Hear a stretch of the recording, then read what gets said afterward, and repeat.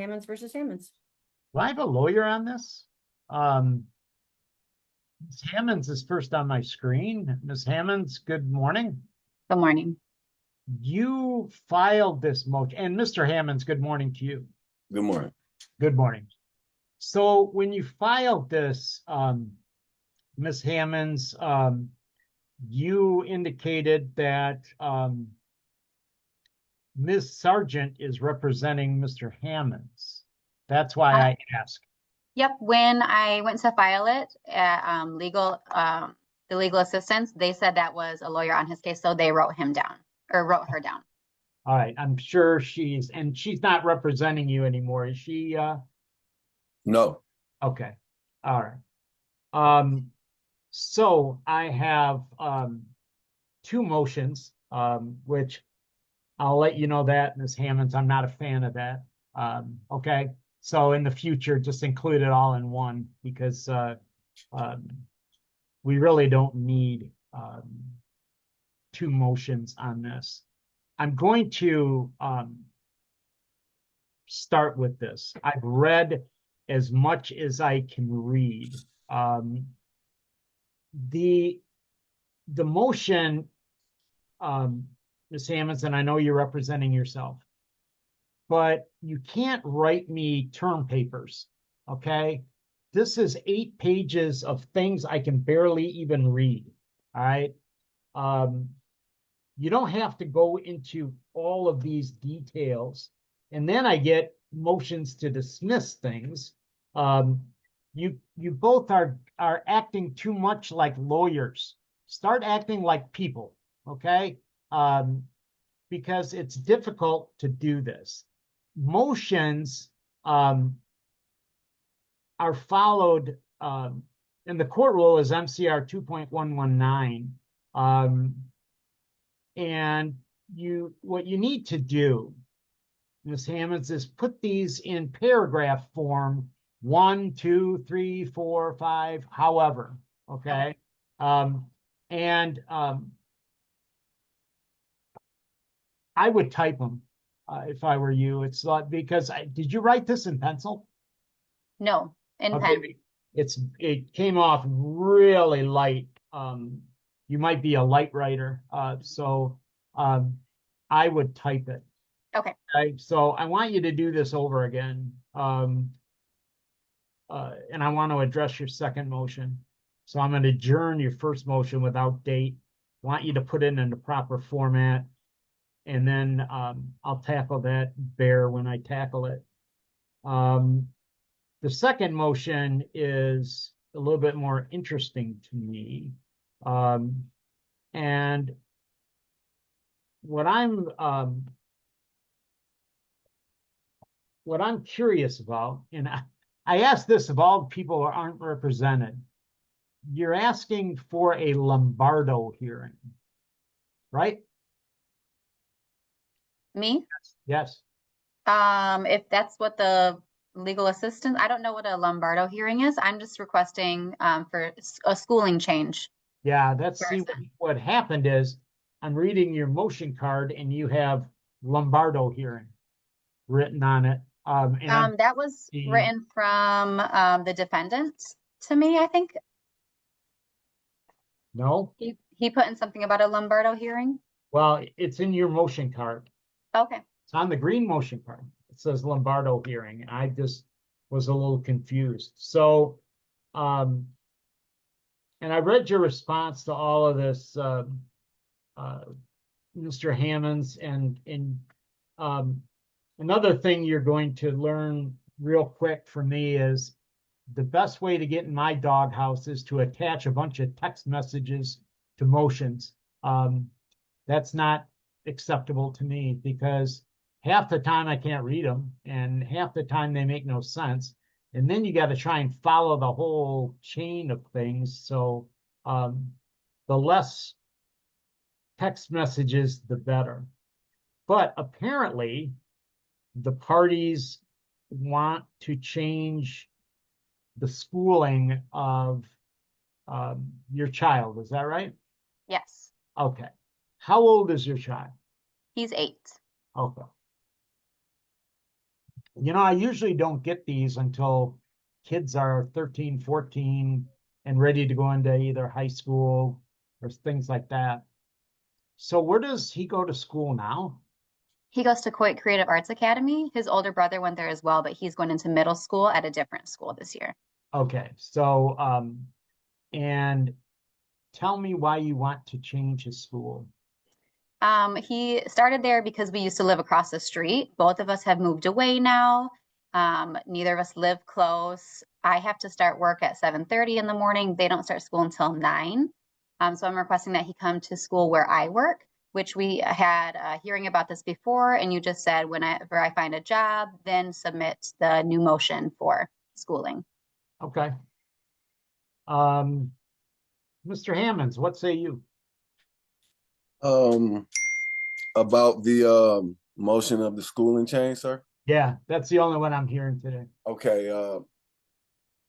I was trying to stick to what we had previously agreed on, not changing the school until middle school. So Percy, yes, he just went to middle school now, but Kairos has this community there that he's built from the beginning. And like due to all the changes that we have been through as a family, mentally, emotionally, I always thought it was best to finish where he started with that community that he has going into middle school. I think this is a great chance for him to be an individual. He's always been under his brother's coattail as well, but like this is a opportunity for him to really be his own person. But also, Is that where your other son goes, Miss Hammond? To the He school? did until 5th grade. He's going to Blandford Nature Center this year. Okay, so is that the school you work at? No. Okay, all right, okay. So when parties have joint legal and joint physical custody,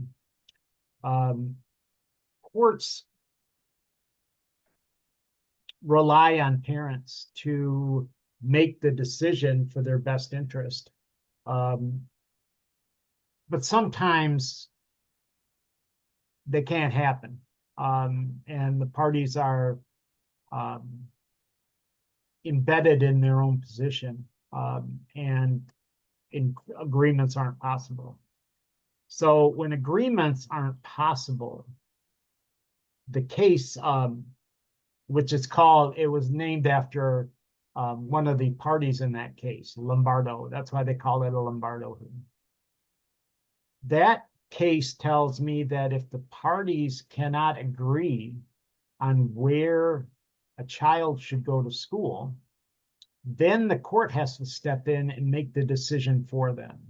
I don't like doing that because, as you know, I don't know your children, and there's only 2 people in this world that know your children, and that's you 2 better than anybody. But if the parties are in that position where they cannot make that decision, then unfortunately I have to do that in the context of an evidentiary hearing. I can't make any changes in that respect. So the problem that you 2 are going to have is this. By the time you get into court, they would have already started school. I can almost guarantee you. Lombardo here, a request to change schools are usually made in November, December of the year before, because it takes that long to get through these things, because evidentiary hearing has to be set, and I don't know how long it's going to take. The evidentiary hearing, we listen to witnesses, we listen to comparisons of the schools. So I need people that know these schools that can compare them. There's official online resources you can check as how they're rated. And all that needs to be put into a brief and witness lists and exhibit list. It's a extremely complicated thing. And you would not be the first 2 that had difficulty representing themselves in doing this. So, although it's not required, I would strongly urge parties to consider either figuring out another way, like mediation, or getting attorneys, because this is going to be a long, arduous process. And unfortunately, when you have legal and physical custody joint, I can't make any changes in their school until such time as the evidentiary hearing is concluded. So I will have my clerk schedule one.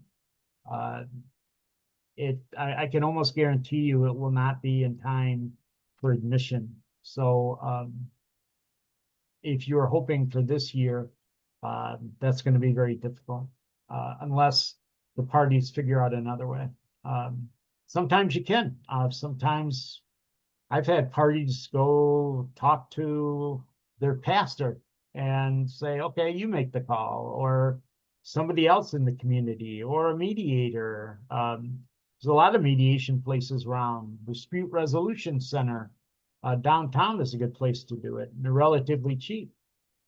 And that might be able to break the logjam. But I'll have my clerk set one up for you, and make sure that the court has your correct addresses. If you have moved, make sure those were changed with the court. And I will listen to whatever you send me, whatever I read, and we'll get that thing started for you. Okay? All right. Thank you. What kind of hearing, sir? It's an evidentiary hearing. Evidentiary. Okay. Okay, that's what it takes. But I think a lot of times people are not real happy with it, because I always tell people, remember, I have to consider the best interests of the children or the child, and not necessarily the convenience.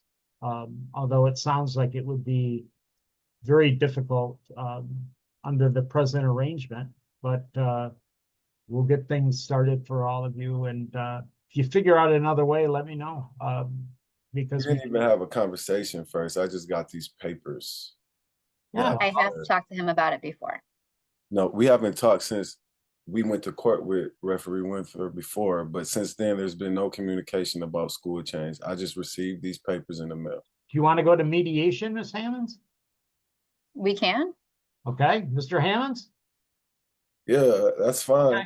All right, then I'll direct the parties, and you can prepare this order, Ms. Hammons, that the parties proceed to mediation through the Dispute Resolution Center. The reason I'm picking them is because they work on a sliding scale based on income. Some mediators in this town will charge you $400 an hour, but they work on a sliding scale based on your income. It's usually only a couple $100. They may help you. And if they do, then you can make these changes right away. All right? All right. Thank you. You bet. You take care, both of you, and nice seeing both of you. I always enjoy meeting you again. Thank you. Take care. Thank you.